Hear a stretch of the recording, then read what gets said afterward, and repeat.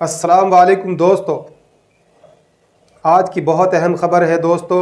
रूस और यूक्रेन को लेकर संयुक्त राष्ट्र के मुताबिक हमला शुरू होने के बाद से लाखों आम नागरिक यूक्रेन छोड़कर चले गए हैं।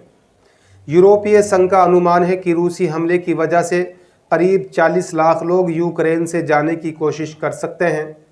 शरणार्थी पश्चिम की तरफ पड़ोसी देशों में ज़्यादातर जा रहे हैं। पोलैंड, रोमानिया, स्लोवाकिया, हंगरी और मोल्डोवा में जाने की कोशिश कर रहे हैं।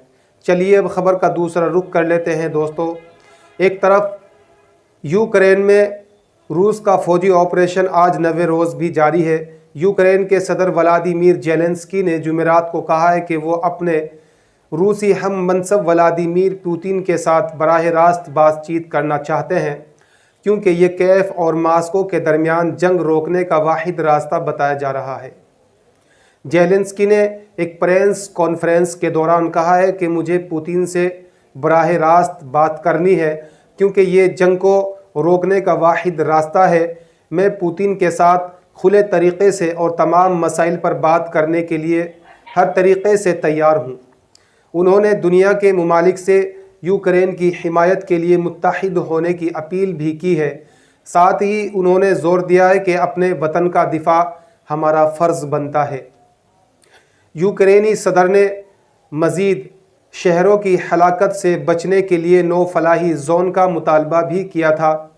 उन्होंने कहा है कि मैंने मगरबी देशों से यूक्रेन को जंगी तैयारे फराहम करने के लिए कहा था, मगर अभी तक कोई भी जवाब किसी का नहीं आया है। ख़बरों के मुताबिक दोस्तों, यूक्रेन का काफ़ी तादाद में नुकसान हो चुका है। रूस ने कई शहरों पर यूक्रेन के अपना कब्ज़ा जमा लिया है। यूक्रेन के व्लादिमीर ज़ेलेंस्की हर तरीक़े से व्लादिमीर पुतिन से बात करने के लिए तैयार हैं, लेकिन व्लादिमीर पुतिन का दिमाग आसमान को छू रहा है।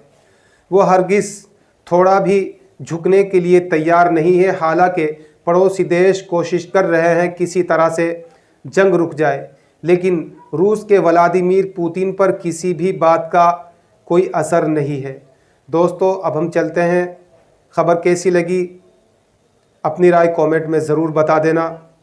अब हम चलते हैं, जाने की इजाज़त दीजिए। अगर आप हमारे चैनल पर नए हैं तो चैनल को अभी सब्सक्राइब कर लें, ताकि आने वाली सच्ची और बेबाक ख़बरें आपको इसी तरह से मिलती रहें। अस्सलाम वालेकुम।